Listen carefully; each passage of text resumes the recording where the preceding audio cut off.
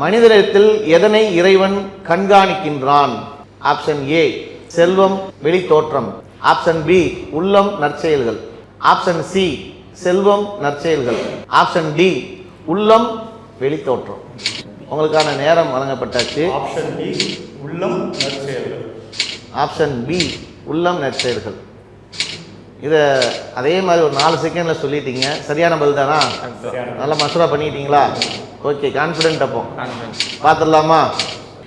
அவங்க சொன்ன பதில் சரிதானா என்பதை பார்க்கலாம். மாஷா அல்லாஹ். முதல் சுற்றுல 3வது கேள்விக்கும் சரியான பதிலை அளித்திருக்கிறாங்க. அல்லாஹ் பார்க்கக்கூடியது உள்ளத்தையும் நற்செயலையும் தான் பார்க்கிறான் என்பதற்கான ஆதாரத்தை காட்டு.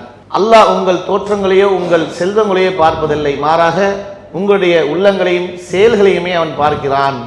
அல்லாஹ்வின் தூதர் ஸல்லல்லாஹு அலைஹி வஸல்லம் அவர்கள் சொல்றாங்க. முஸ்லீம்ல 5012வது ஹதீஸாக இது பதிவு செய்யப்பட்டிருக்கு.